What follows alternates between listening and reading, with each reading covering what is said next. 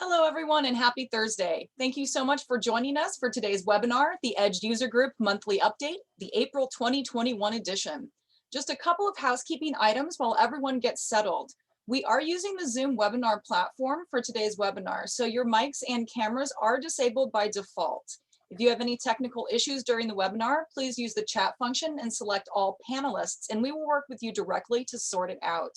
If at any time during the webinar you have questions for our panelists, please use the Q&A function. Please note that we will be holding questions until after the presentation. And with that, I would like to turn it over to ACRO's Deputy Director, Melanie Gottlieb. Good afternoon. I'm Melanie Gottlieb, Deputy Director of ACRO, and I'd like to welcome you to this month's user group. It's a pleasure to be online with all of you today. As always, we're hopeful that our technology will not fail us, as this is a fairly large Zoom call and all of us, like many of you, are still working from home at the mercy of our home Wi-Fi. The purpose of our user group is to share news and updates that are related to EDGE and to allow our user community to connect with us and with each other. With me today is my colleague, Jasmine Saidi Kunert. Jasmine is the founder and president of ACEI, Academic Credentials Evaluation Institute, based in Los Angeles, and she is also the chair of our IESC, International Evaluation Standards Council.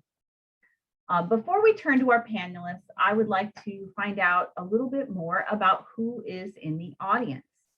So I'm going to launch a poll, and if you could take a few moments to answer that, it would be great. So first, I'm asking, what segment of our EDGE population do you represent? Are you institutional staff, evaluation service staff, government staff, or law firm staff? Is this your first user group, or are you a repeat user group member? And are you an EDGE subscriber?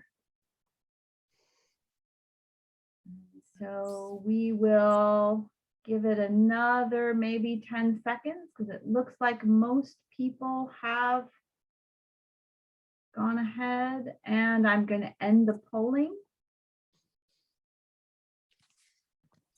And it looks like, as usual, that the majority of folks here are institutional staff, although we have a few of our service colleagues with us. We have about 32%, a third of you. It's your first user group.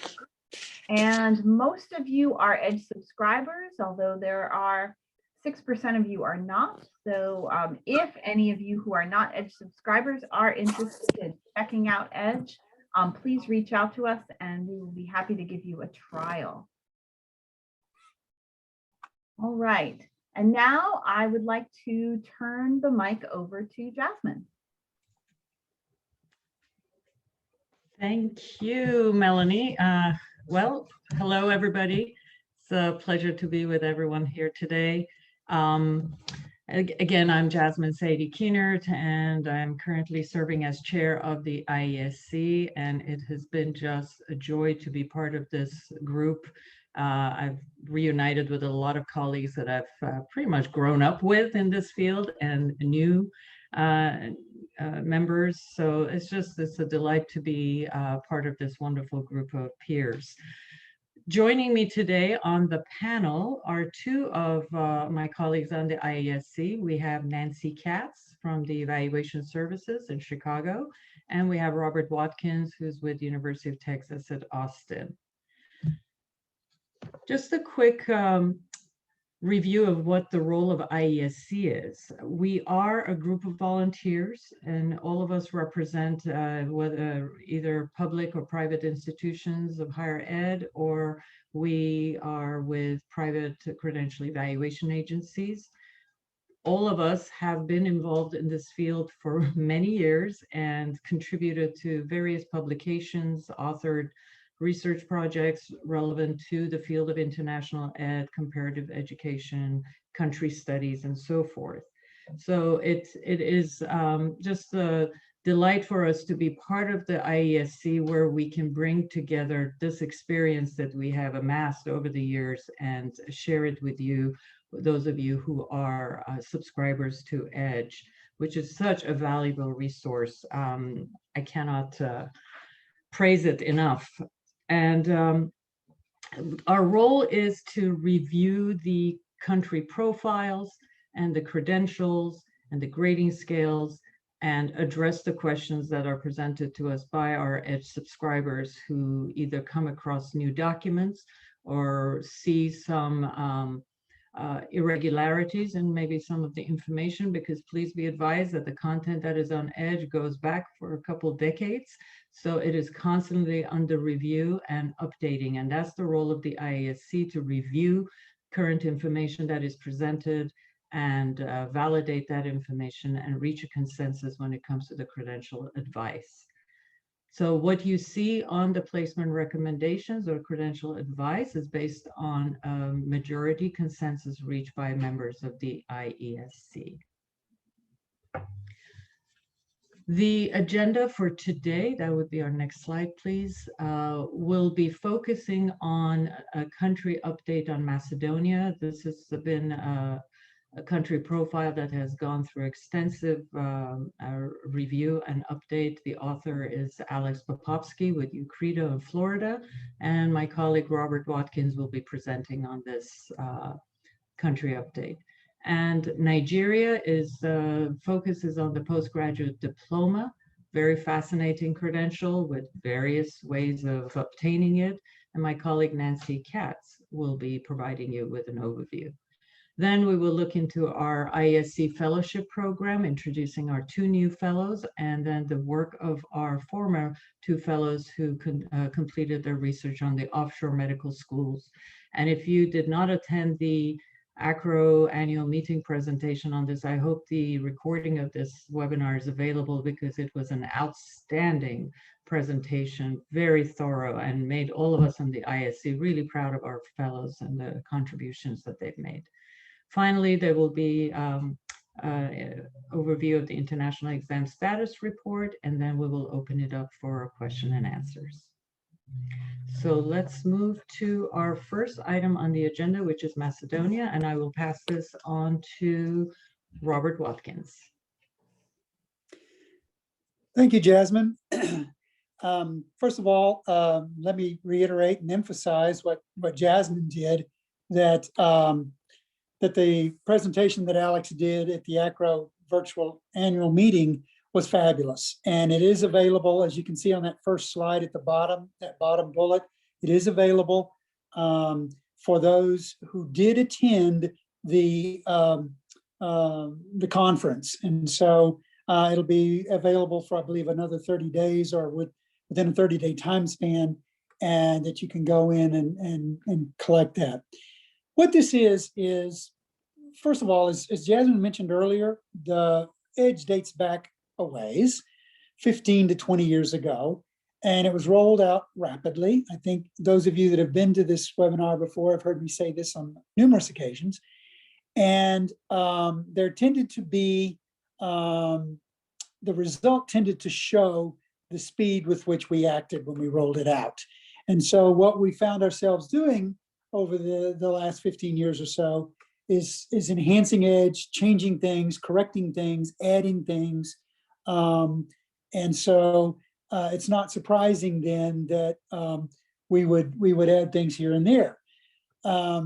Sometimes, however, there comes a time when we need to do a complete redo of a profile entry, country entry, or possibly one doesn't exist, such as the case with Palestine, some others, and we're working on those.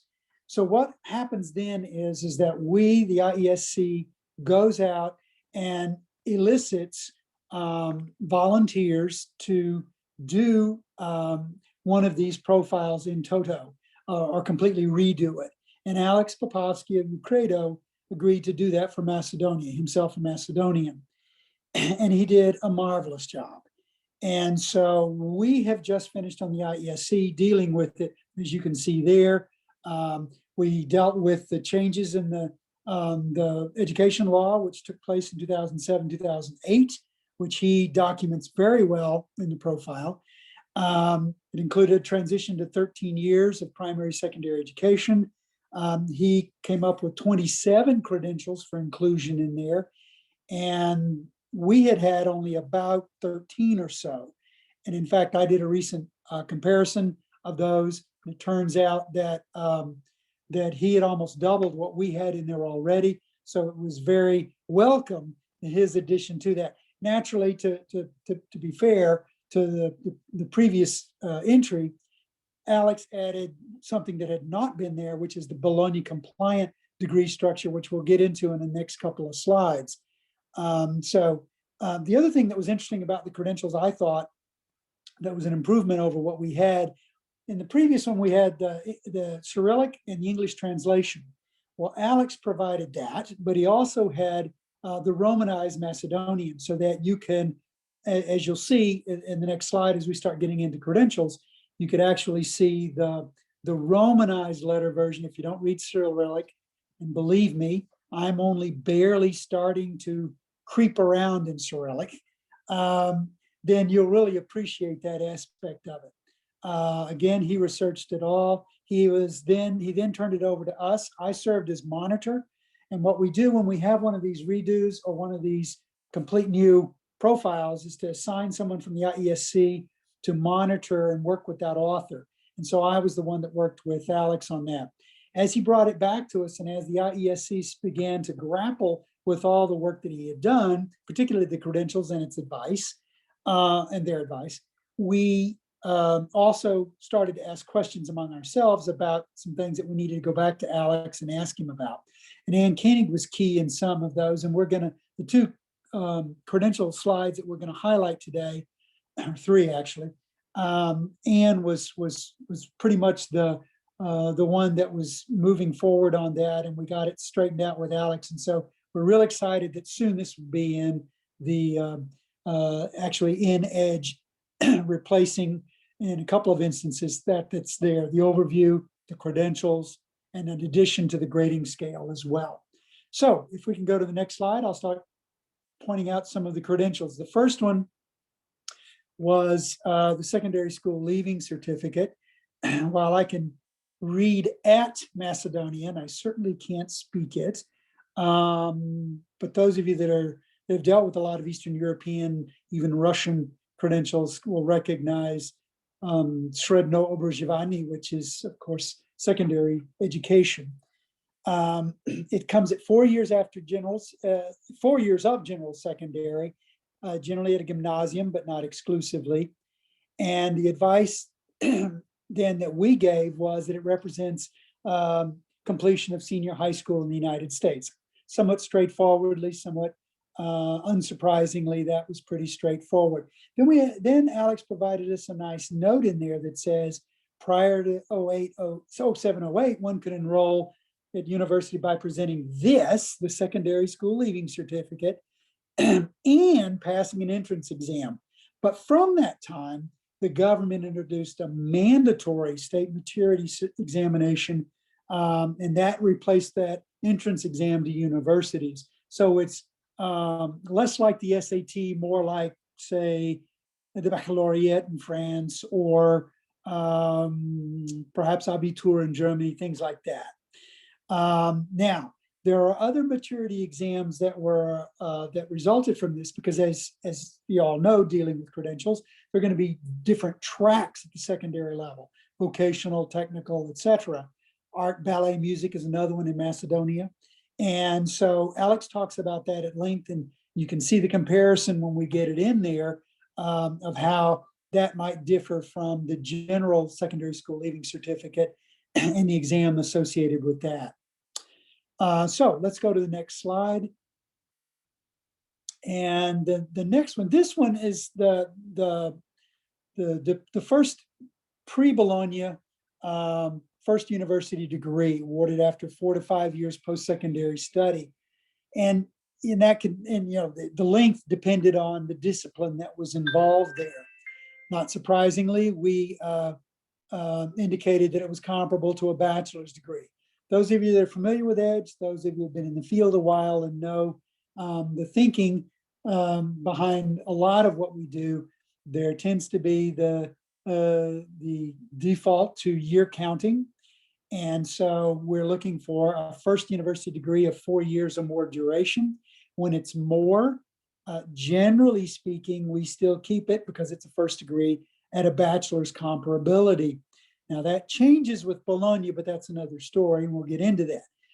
But basically, that first university degree was considered a bachelor's degree and was offered at the universities before Bologna came along with the education rule law changes in 07, 08. And so we'll have examples. That's the other thing that Alex did. It's so great. He has marvelous examples. Usually we have to go find them, but Alex provided them for us. And so we have some nice examples in each of these credentials that he's done. So let's go to the next one, because now we're going to move towards the Bologna compliant degree cycle. And so they will have the ECTS in there so that you know not only how long it is, 3, 4, however many years, but also how many ECTS, because that's so critical. Those of us that know, that are familiar with the Bologna process, know that we can look to that number based on that somewhat static, I won't say rigid, 60 ECTS per year full load, and thus 180 for a 3-year degree, 240 for a 4, and so forth. And as you can see in that third bullet, depending on how long the credential is and how many ECTS are involved, then we sometimes have to split the credential advice so that the same credential, for example, this one, the Diploma for Completed First Cycle of Studies, and just a reminder, Bologna was predicated in the new degree structure on cycles, a first cycle degree that leads to a second cycle degree that initially in 1999, that was all that they planned. But by 2005, at the ministerial meeting, I think in Brest, they decided that they would add that third cycle to it, the terminal doctoral cycle.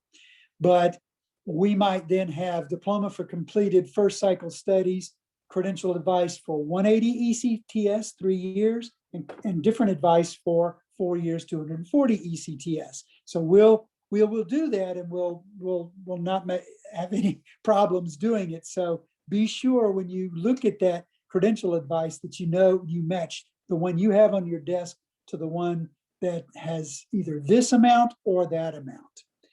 And then obviously those that retain the 4-year structure tend to be the science and the STEM fields and so forth. So so that you can expect to see those to be the 240 as opposed to maybe the arts where they're 3 years, 180 and so forth. Teaching degrees in Macedonia remain 4-year programs, so there'll be 240 ECTS. So the way we see educational systems change, don't take anything for absolute granted, all right? Now let's move on to the next slide. There we are. We had issues with the very first slide where we were talking about secondary because of the different tracks and so on. So we got that sorted out with Alex. The other thing that gave us a little bit of trouble that we grappled with in one of our IESC meetings were the law degrees.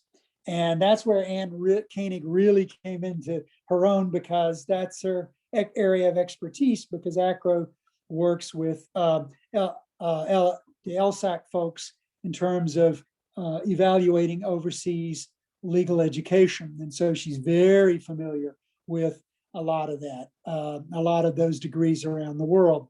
So she was a little concerned that we weren't being clear enough in the various law degrees for Macedonia, so that it will be crystal clear to everyone what is what. Now, what you have is the old pre-Bologna one, Diploma Pravnik, 4-year program that was entry level, entered from high school, and it was a 4-year program. And this enabled one to practice law in Macedonia. But then comes the Bologna reforms and the new degree structure. And so what you then have is, unfortunately, the same name, Diploma Pravnik, Bachelor of Laws, which is only 3 years, 180 ECTS. And then that particular degree, as you would expect in the Bologna compliant degree structure, has a second cycle, the Magister pro Pravo, which is the Master of Laws, which is LLM, which we abbreviate LLM, and is 120 ECTS more on top of that 180. Now, next bullet is really important. Not all these credentials result in a professional degree that allow for practice of law in Macedonia. First of all, the old one obviously did, okay? Then when you introduce the Bologna compliant degree structure, you suddenly have a first degree that's only 3 years in duration.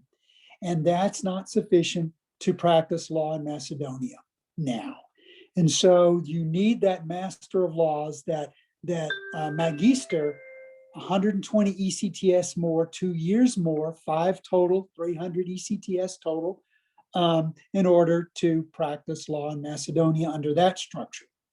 And so that's important to know. Finally, I realize I might be complicating things, but we don't have it on the slide, but there was also the possibility of another title, with another degree with a similar title that did not allow for practice of law. It was an academic degree only, but it'll be clear when we roll this out and you see it in there. Alex does a marvelous job of explaining that and so forth. And next slide. Oh, I think I'm done. So with that, I will turn it over to Nancy Katz. Thank you, Robert. That was quite extensive. We're going to talk a little bit about the postgraduate diploma from Nigeria. A colleague from an academic institution brought this to our attention, asking us for assistance in how to assess the postgraduate diploma that they were presented with. And what we found and presented for some revision within EDGE is that not all postgraduate diplomas are the same. Some of them do not require a bachelor's degree to be admitted into the program. Some of them are to make up for some undergraduate studies, and some of them indeed are at the graduate level. So they're generally 1 year in length. The most important thing is you need to check to see what the entrance requirement is to the postgraduate diploma. When they use an existing, you need to look, as I said, you need to look at the length. Well, the length is 1 year. You need to look at the admission requirement, the scope, level, and intent. So the level is the admission requirement. The intent is, what does it lead to?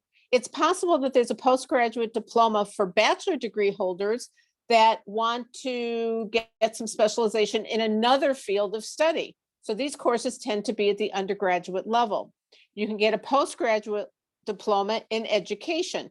For example, an individual may have a bachelor's degree in biology, but then they want to teach. So they do a postgraduate diploma in education. The intent is, and the level is at the undergraduate level. Where does it lead to in the home country?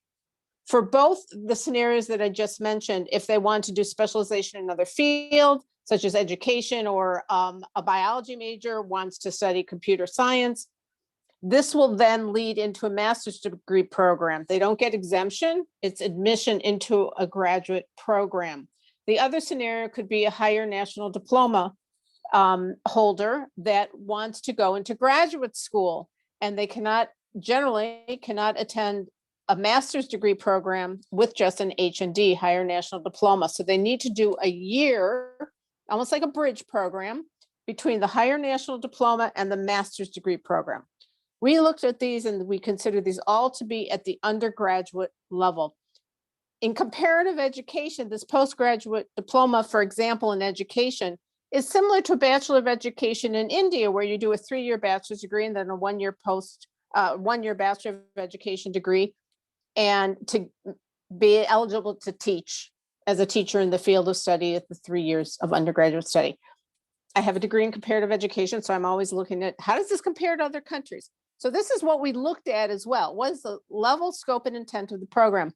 The other possibility is that an individual may be in a master's degree program, and for some reason, they may not complete the master's. They may only do 1 year full-time study. And those are indeed graduate level studies. And they are given this postgraduate diploma because they did not finish the master's. So you really need to see the educational ladder that the individual completed prior to entering this postgraduate diploma. Once again, and you may need to look at every university. If you have postgraduate diplomas from different universities in Nigeria, you should check each university to see what the entrance requirement is to the program and what it leads to at that institution. So we've been talking about this for many months, and we have posted the updates in Acro Edge recently, and we may be continuing to work on it as necessary. Next slide, please. Thank you, Nancy. Thanks so much. That postgraduate diploma, I mean, it really goes to the rudiments of evaluation 101, doesn't it? Where you have to check to see what are the entrance requirements and the scope of the program. So you just cannot accept it on face value without doing that proper research. And this credential will be posted on the Nigeria country profile. So we'll try and make your work life a little bit easier with the information we've gathered.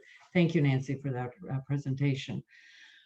All right, let's move on to our fellowship program. As I've mentioned, our former fellows, Rosalie Hancock and Loida Utley, completed their research on the offshore medical schools. This will be also put together into a white paper and will be available soon, a valuable resource for us to have.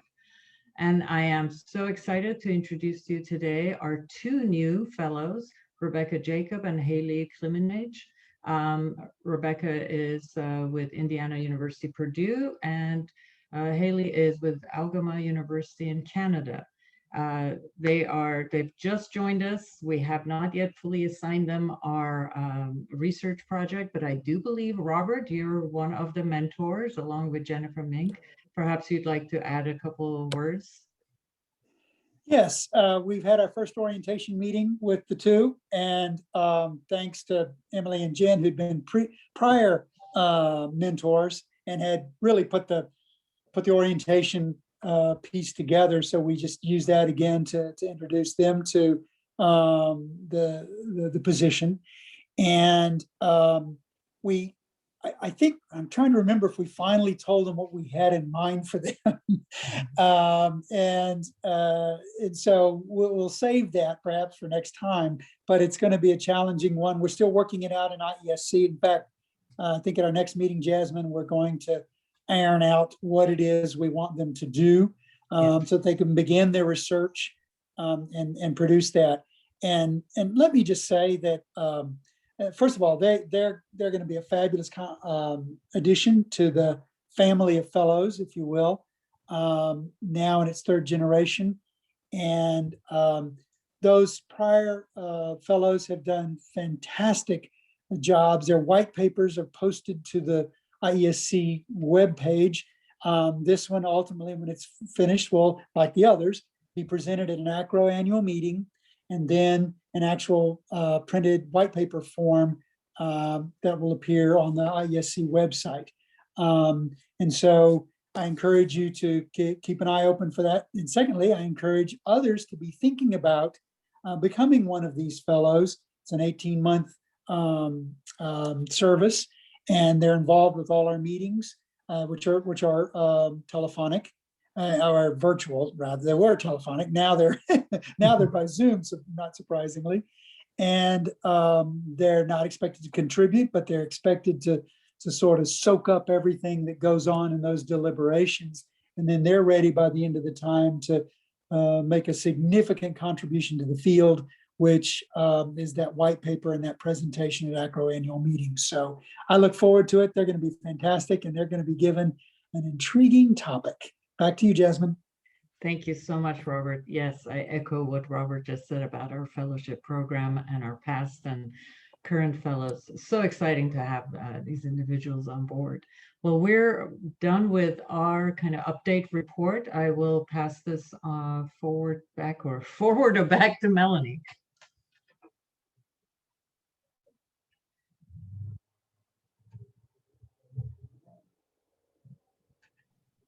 There we go. Sorry, I was having trouble getting myself unmuted. If you could have the next slide, I think that I want to talk a little bit about some of the ways in which you can get connected with the community. So for those of you who aren't aware, and for the way that we develop some of the questions and the way that we figure out kind of what needs to be updated in all of the education systems or holes in our research is through what we hear from our user community. The International Activity Listserv is a great place to connect with colleagues and discuss credential issues, to ask questions, to ask for resource questions, those sorts of things. And so I would encourage you, if you have not joined the International Activities Research Listserv, to do so. You can find a link to join that at the bottom of just about every EDGE page, I believe. Also, once you've kind of checked with your colleagues on the listserv and done your research and you still don't have a question, you still don't have an answer to a question, or you have found some odd credential that you don't know what to do with, contacting the IESC is another opportunity that you have in order to try to get the answer. Now, I will caveat that is that we do have a large user community and we have a small IESC, so who are volunteers. And so we may not always get to that question right away. And because, as you know, if it's something you've already done some research on, these questions sometimes take a fair amount of research to figure out. So if you need a real quick, immediate answer to something, the better place to go is the listserv. But if you've got a good stumper, we would love to hear from you. Next slide. If you have not had an opportunity to take a look at this, one of our ACRO staffers, content curator, Jonathan Cowin. Jonathan does all of the EDGE updates, like the news alerts. And so he keeps an eye on global news that impacts education and impacts credentials, and post them in the EDGE so that when you have a country that is bookmarked because it's a country that you are particularly interested in, and you get an alert that pops up with news, those are the results most of the time from Jonathan's work. As he's been doing that work this year, he started compiling updates that impact secondary school examinations and university entrance examinations. As we know, in the last year, lots of examinations have been interrupted. They have been delayed, rescheduled, or canceled altogether. And that can cause some challenges for the students that you are trying to recruit. And so Jonathan started compiling a list of those examinations and their current statuses. So this is a list that he is working on. It continues to be updated, and he wanted to share that with this community. And so in the international section of the resources on the ACRO main website, you can find a link to the International Exam Status Report, and you can check it out. So I would encourage you to do so. We've been really, really lucky to have had Jonathan working with us and giving us these news updates, and I would encourage you to check it out.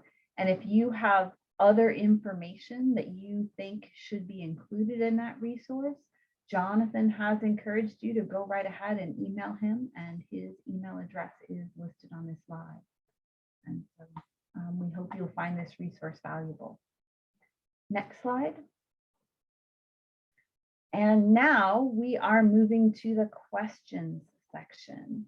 And so I am going to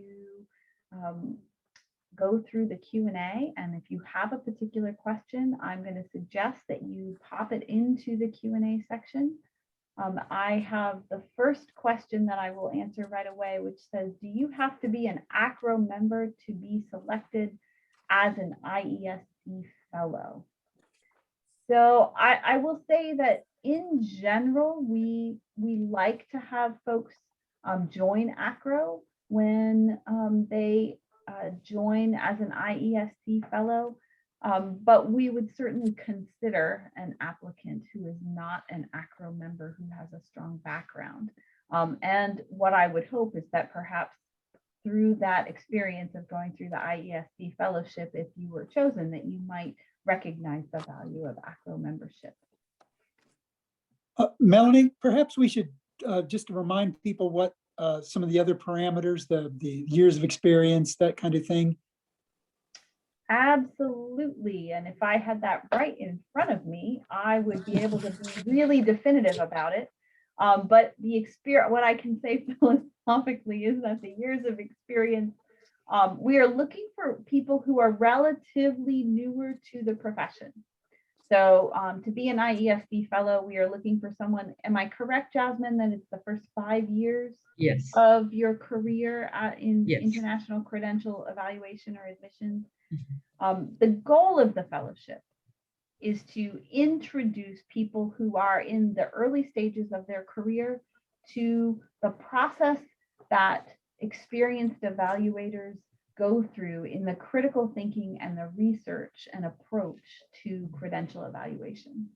And so it really is an incredibly valuable experience, we have heard from our other fellows, to be able to get this foundational training and mentorship actually from seasoned evaluators. And the process of completing a project, a deeper dive research project, is also like an incredible experience and really valuable. For those of you who attended the annual meeting and you did not see the presentation of the fellows' work on offshore medical schools, if you still have access for the next 30 days to get in there and take a look at that presentation. And I would highly recommend that you go back and review it if you missed it, because it was unbelievable. I have to say, I was blown away by the level of research and level of detail that those young women took to approach that project. And that really, I think the work that their mentors, Nancy Katz and Dale Goff, did with them on that project is just incredible. And I think it's going to be an amazing addition to the body of knowledge. I echo that, Melanie. I'm still gushing on how wonderful that presentation was. And also kudos to Nancy and Dale as their mentors. And that's one of the benefits of being a fellow, because you will be under the kind of mentorship of experienced international credential evaluators and researchers. So yeah, it's really great. They did an amazing job. Mm-hmm. So I have another question and an apology for its randomness. So we may or may not be able to answer this question now, but we'll see. Could you help us understand the credential advice for some credentials with unusual recommendations, like for the Bachelor of Laws from the UK? Yeah. The Bachelor of Laws represents attainment of a level of education comparable to a U.S. bachelor's degree with a function comparable to the first professional degree in law in the United States. What does this really mean? There is no bachelor's degree in the U.S. that functions like a professional degree in law. It's too bad Anne's not here. No, but bravo to the person who asked this question, because you have ESP. This is exactly what IESC is discussing right now, law degrees and the definition of a professional degree in law when we say first professional degree in law. I don't want to jump the gun yet. We are still debating this because we want to make this credential advice a little bit more I guess better with a better description, because we do find that this does give many people pause.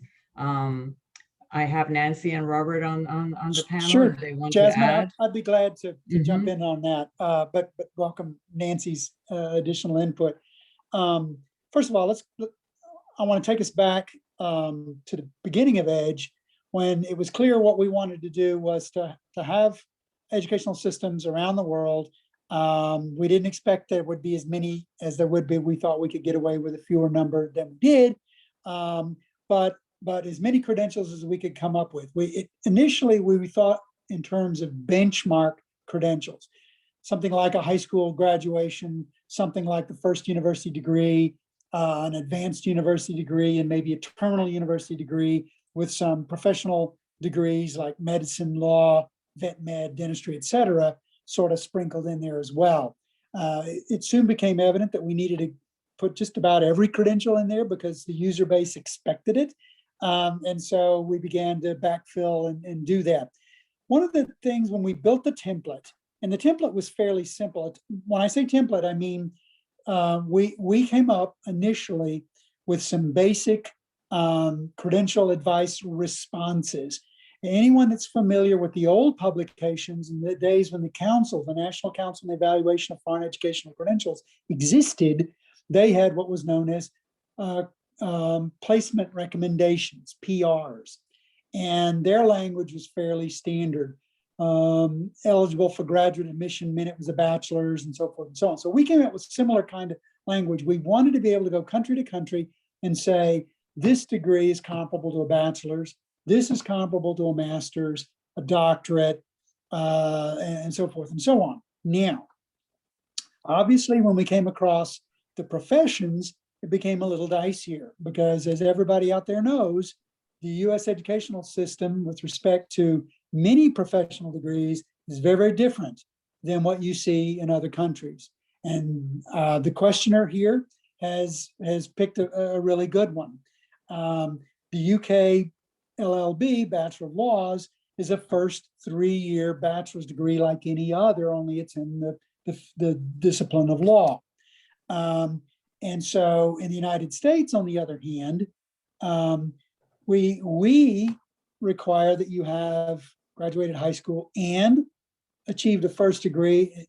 I admit technically that you could theoretically get into a law school without a bachelor's with 90 hours and a beautiful GPA and all that. But let's just say a first degree in something, then you go to a law school, you spend a 3-year curriculum and get your JD at the end of it, even though there are those like my son who has one that says that we needn't have 3 years for a JD, but that's another story. Point is that it's a very different structure than what we're seeing out there. So what are we going to call it? Are we going to call it a JD like we called the bachelor's and the master's for those other credentials? No, we didn't feel we could do that. A 7-year educational sequence in the United States resulting in a credential that, by the way, in and of itself does not allow for professional practice. There's a bar exam to take, et cetera, licensure process. And so could we say that the LLB after 3 years on top of A levels is in fact the exact same thing as a JD? And the answer to that on our part was no. So we came up with a template response to not just law degrees, but we're talking here about law, so I'll stick with that, that we called first professional degree in blank. In this case, the fill in the blank is law, okay? So then it became apparent, so we hoped that users would understand that, oh, this 3-year bachelor's degree from the UK is very much like a JD, because that's what it essentially functioned as in country. And so what we're trying to say there, and our questionnaire has beautifully brought out the two elements of the response to a law degree that trips everybody up, and that is, what is its professional outcome or functionality, and what is the academic equivalence? Because if I see it at the University of Texas, they're not wanting to go to get, to sit the bar exam or something like that. They want to come to my graduate school, presumably in something else, computer science, data science, whatever. So what is the academic equivalent of that JD functional degree? And the answer is, well, we got to come up with something. So what we're doing and grappling with now that Jasmine alluded to is we initially said the template response of first professional degree in law and left it at that. Okay. And then in the note, we would explain that means that they could practice law, sometimes with just the possession of the degree, other times with other steps. Like in the UK, for example, that LLB, they'll have to take a 6-month legal training course to decide on being a solicitor or barrister. And then when they finish that, the exam, then they're able to finally become a practicing attorney. The point is that it's not the same as the US JD. So we had to call it something other than an American JD, but get the point across to you guys, the users, of what it means professionally and in terms of how it compares to our law degree, and then what it means academically in terms of proper placement in the US university structure. And so we struck a compromise. We're grappling now with whether we're going to go back and change some things or do some other things. What is it that we want to say about this? But I'll conclude by saying, in response to our questioner, we're trying to do 2 things here. Number one, tell everybody that Bachelor of Laws is in fact a bachelor's degree from the UK like any other. On the other hand, we're also trying to point out to those who might have other uses or needs or questions to them about this credential and what to do with it, such as a state board, such as a legal bar entity, such as U.S. Immigration's Citizenship and Immigration Service for an H-1B work visa or something like that. What is this? And so that's what our sort of bifurcated, almost confusing answer is meant to do. And we hope finally to erase some of the confusion from that when we finish our deliberations here in the upcoming meeting about what to do with law across the board. And with that, I think I'm done. Thank you, Robert. That was great. There's a follow-up question, Robert, and I think you answered it. I was listening, but just the question is, will that be the same case for medical degrees? And what will this be similar or equivalent to? That's a good question. Sorry, it was a follow-up question to that. What will this be the same case for medical degrees? What will this be similar or equivalent to? 2 quick answers. One, we don't know. Right now, we're just grappling with law because Ann is such an expert on that we hope to iron that out. And then once we've done that with law, we can then start to compare the others, like the doctor of veterinary medicine, the doctor of dental surgery, the doctor of pharmacy, something that's very different in the United States than it is in other countries and so on, where often the Bachelor of Pharmacy still exists. What are we going to do with this? And how are we going to approach that? So we're still grappling with that, but medicine's the same kind of problem. 4-year bachelor's followed by a 4-year medical experience, earning the MD degree, and then rotations and so forth before one finally is in the hospital practicing medicine in a legal sense. And so it's going to be difficult. I think the use of the term functionally serves, acts functionally like a JD or like an MD is one possibility, but I don't know that really is helpful because we also have to have an academic equivalency here. And so we're just going to have to take these one by one. So yes, medicine will come up and then inevitably the other significant professions after that. Can I add to that, Robert, and just Sure. say that the complexity is also that in regulated professions, we have to contextualize not only the academic value of the degree, but what happens when someone comes here and wants to practice here and get licensed. And you want to balance the academic pieces with the person's ability to function and what is going to be required of them if they want to function here. And so it adds an added layer of complexity with the regulated. Absolutely. Thanks. Yeah. All right. So I don't see any other questions. And so before we wrap up and while people are thinking of other things, I want to ask one other question of the audience, if that's okay. We talked a little bit about the EDGE updates, the news alerts, and I've seen some comments about bookmarks, and that those are both brand new functions of the product in this new iteration. And I really want to know if people are using them and if they like them. And so I am going to go ahead and launch this and ask, are you using the bookmark function in EDGE? So a yes, a no, or I don't know what you're talking about.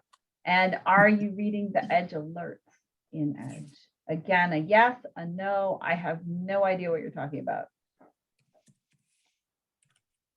We'll give another moment. It looks like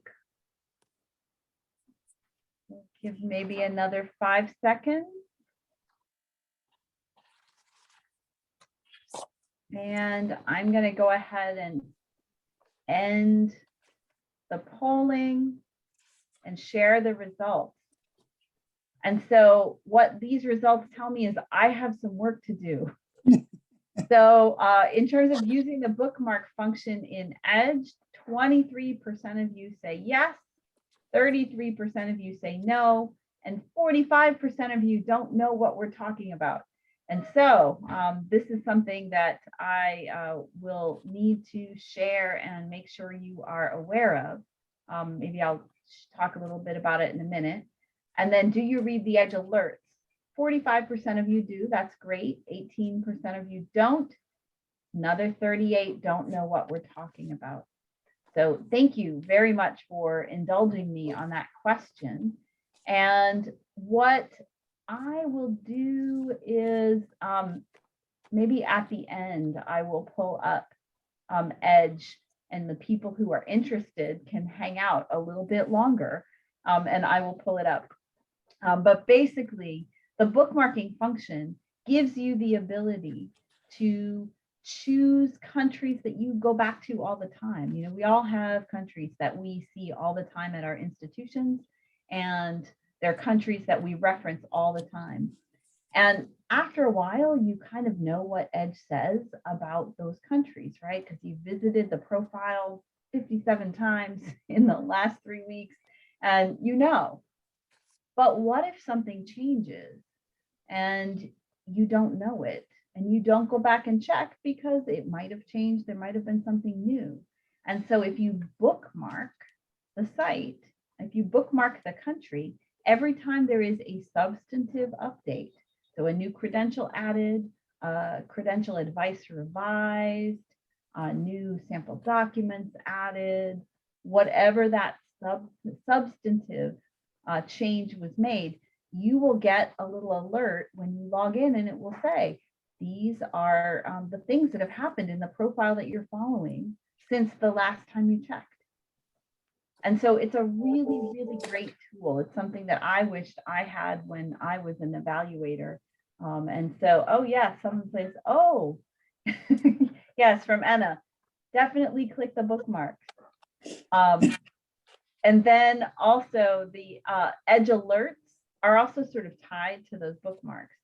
We have always wanted to have the ability to share emergent news that's happening in countries that impacts the students' education or their mobility. And so, you know, those countries when, you know, something happens and there's a natural disaster, or there's been a coup and education was interrupted, or there's been some political situation and all of the universities have been closed for a certain period of time. Those kinds of news alerts, as we catch them, get put into Edge alerts. And if you have a country bookmarked and you're following that country, you will get that alert. Or you can just browse the alerts. It could be part of your sort of daily checking in on world news. They're posted every day. Of course, we are not getting everything that's happening in the world, but we're trying to capture the big things. And I think we're doing an okay job at it. So. Now, Melanie, before we let them go, you still got 5 minutes. Do you want to say a couple of things about the Nathanson research grant and possibly the new courses?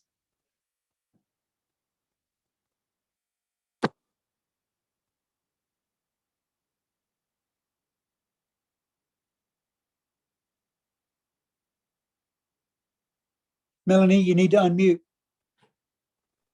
That's weird. I don't know what happened. I didn't realize I was muted. So I want to share with you all that if you are interested in international education research, ACRO has a fund to support that.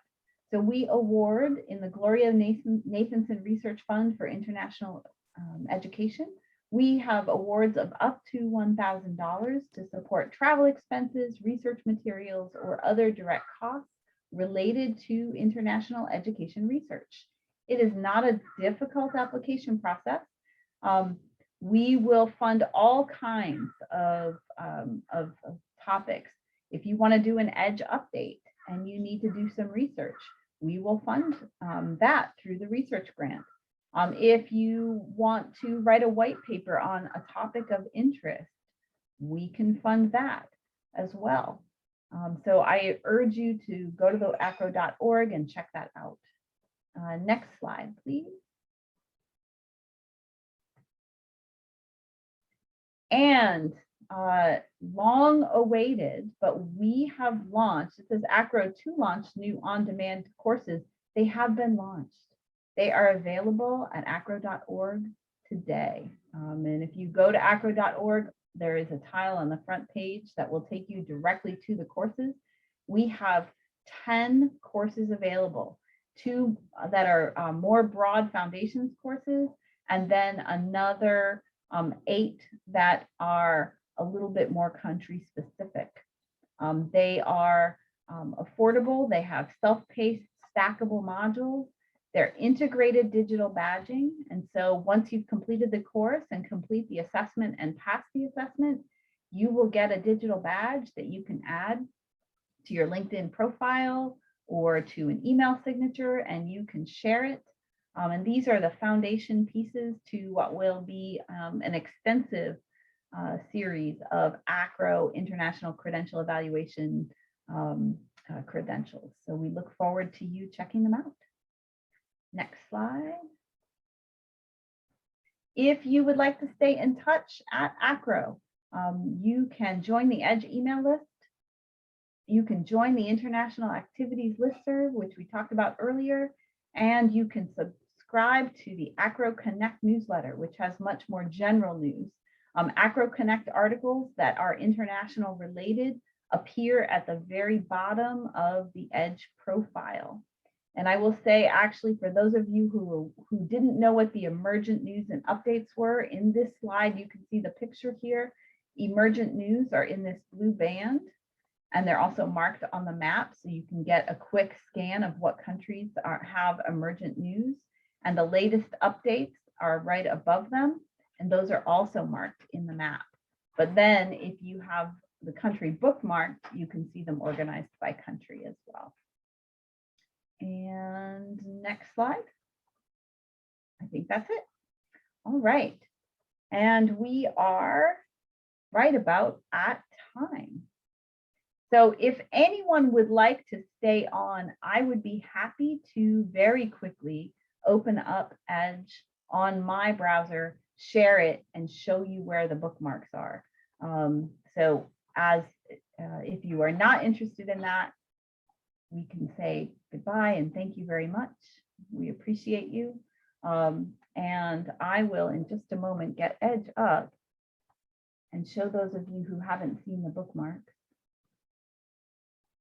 I have to log in first.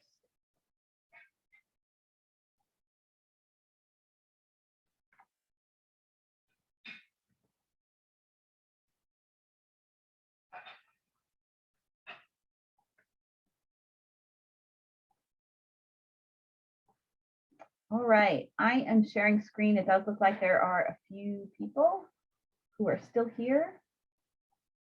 So they might be interested. So here in the top left is my account. Here is where I can see my bookmarks. And I'm not sure that I bookmarked anything. So I'm going to go to a country right now. Let's see, I'm going to go to Angola. Not probably the best example because there might not be one. But if I want to bookmark that country, I just click here. There's that little kind of fold over piece. It's now bookmarked. And then when I go to my bookmarks, I can see that Angola is bookmarked. And if there are any updates, you will see them. So for example, tomorrow, everyone who has Macedonia bookmarked will get an update that there's been country updates in the Macedonia profile. All of those have been posted, but the updates aren't going to alert until tomorrow. And so you'll get that tomorrow. So I hope that that answered people's questions. Okay, hold on. How do you navigate from here to a listserv? Okay, let me go to the bottom of the Edge page, I believe, is the International Activities listserv. No, it's not there. Sorry, I don't use Edge every day because I don't evaluate anymore. But let's do this. I think from a country.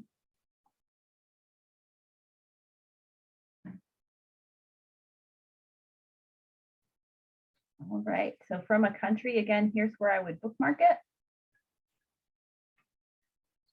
And right here, be a part of the conversation, join the listserv. So on every country page, you can subscribe to the listserv. It takes you directly to the listserv subscription form. So we hope you will join. And it doesn't look like I have any other questions. So I am going to say thank you very much. Oh, wait, Rosa, where do you see the notifications? So you see the notifications for the places where you bookmarked if you go to My Bookmarks. And then you can just check to see what has been updated since you were there. Okay. Thank you all very much. Oh, wait, one more chat question. Thank you. Excellent. All right. Thank you very much. I hope to see you again next month.